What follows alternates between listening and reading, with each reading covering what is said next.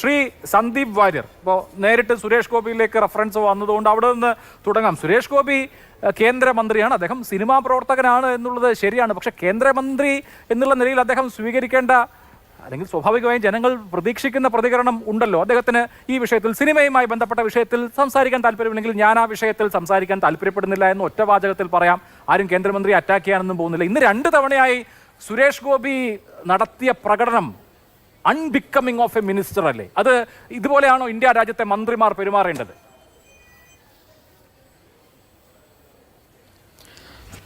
അഭിലാഷ് ഒരല്പസമയം തരണം. ശ്രീ സുരേഷ് ഗോപി ഇപ്പോൾ ഒരു കേന്ദ്രമന്ത്രിയാണ് എന്ന് നിങ്ങളെല്ലാവരും അംഗീകരിക്കുന്നുണ്ടല്ലോ.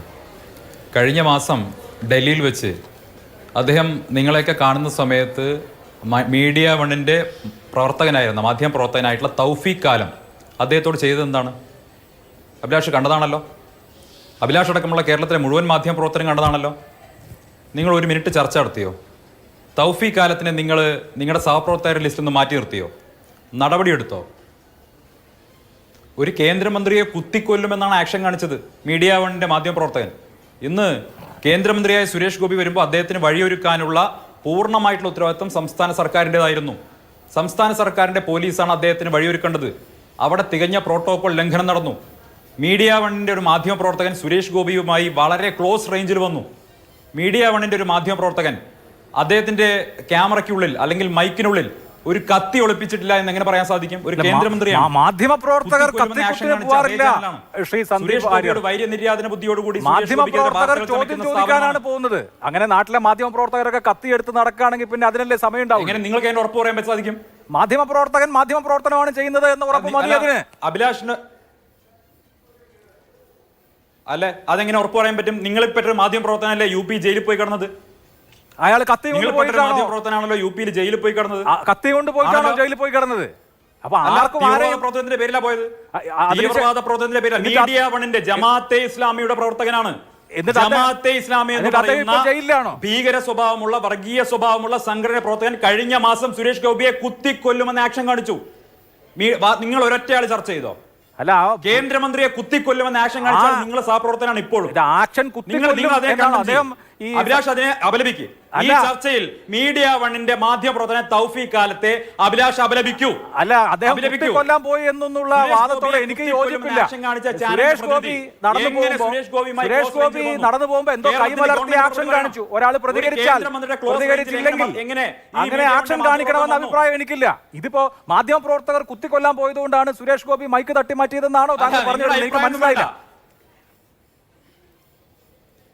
അല്ല, ഞാൻ പറയുന്നത് മീഡിയ വണ്ണിന്റെ ഒരു മാധ്യമപ്രവർത്തകൻ സുരേഷ് ഗോപിയെ കുത്തിക്കൊല്ലണമെന്ന് ആക്ഷൻ കാണിച്ച അതേ ചാനലിന്റെ മാധ്യമപ്രവർത്തകൻ ഒരു കേന്ദ്രമന്ത്രിക്ക് സുരക്ഷയൊരുക്കേണ്ട സംസ്ഥാന സർക്കാരിന്റെ പോലീസ് അവിടെ ഇല്ല. എന്തുകൊണ്ട് പോലീസ് അവിടെ ഇല്ല? എന്തുകൊണ്ട് സുരേഷ് ഗോപിക്ക്? കേരളത്തിൽ മന്ത്രിമാരും നേതാക്കളും ഒക്കെ ഇതുപോലെ തന്നെയല്ലേ സഞ്ചരിക്കാറ്? വി മുരളീധരൻ കേന്ദ്രമന്ത്രി ആയിരുന്നില്ലേ? വി മുരളീധരൻ എത്രയോ തവണ സുരേഷ് ഗോപിയെ ഞാൻ വരാൻ തന്നെയാ ഒരു ഉത്തരവാദിത്തം പറയോ? വി മുരളീധരൻ കേന്ദ്രമന്ത്രി ആയിരുന്നില്ലേ? ജോർജ് കുര്യൻ ഇപ്പോഴും കേന്ദ്രമന്ത്രിയല്ലേ? ഈ മന്ത്രിമാരോടൊക്കെ മാധ്യമപ്രവർത്തകർ ചോദ്യം ചോദിക്കുന്നത് ഇങ്ങനെയല്ലേ? അല്ലാതെ ചോദ്യം ചോദിക്കാൻ വരുന്ന മൈക്കിനെ കത്തിയാണ് എന്ന് കണ്ട് സുരേഷ് ഗോപിയെ പോലെ ഒരാൾ പേടിച്ചു എന്നൊന്നും താങ്കൾ പറയല്ലേ.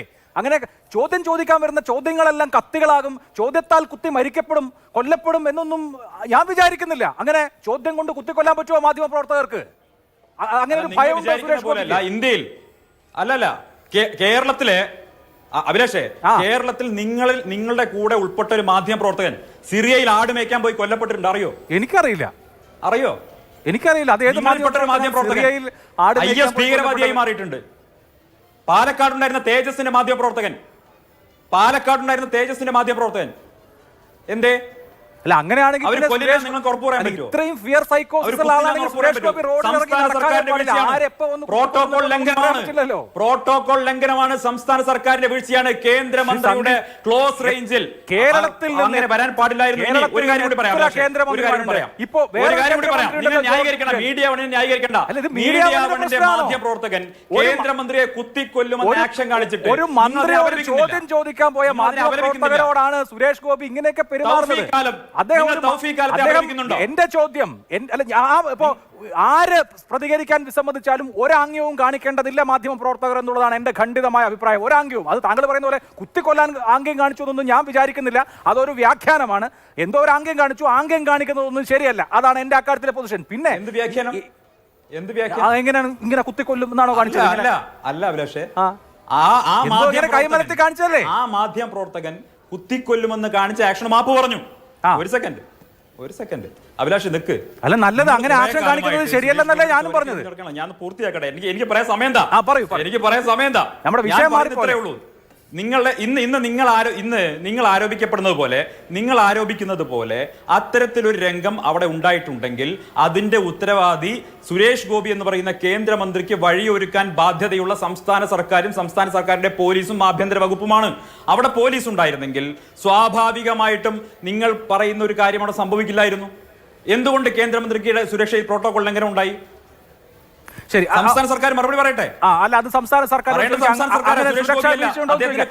റേഞ്ചിലേക്ക് ആരെങ്കിലും വന്നാൽ ആക്ഷൻ ഉണ്ടാകും. അദ്ദേഹത്തിന്റെ പ്രതികരണത്തെ കുറിച്ച് കൂടി സന്ദീപിന്റെ അഭിപ്രായം അറിയാൻ എനിക്ക് താല്പര്യമുണ്ട്. ഇയാൾ ഒരു ഭീകരവാദിയല്ലാന്ന് എങ്ങനെ ഉറപ്പ് പറയാൻ സാധിക്കും? അദ്ദേഹത്തിന്റെ ഇയാളുടെ കയ്യിൽ കത്തിയില്ലെന്നും അഭിലാഷിന് എങ്ങനെ ഉറപ്പുണ്ട്? അഭിലാഷ് നേരത്തെ മീഡിയ മണ്ണിൽ ഉണ്ടായിരുന്നത് കൊണ്ട് അഭിലാഷ് അറിയുന്നതുകൊണ്ടാണോ? മാധ്യമ പ്രവർത്തകർ കത്തി കൊണ്ടല്ല, മാധ്യമ പ്രവർത്തകർ മൈക്ക് കൊണ്ടാണ്.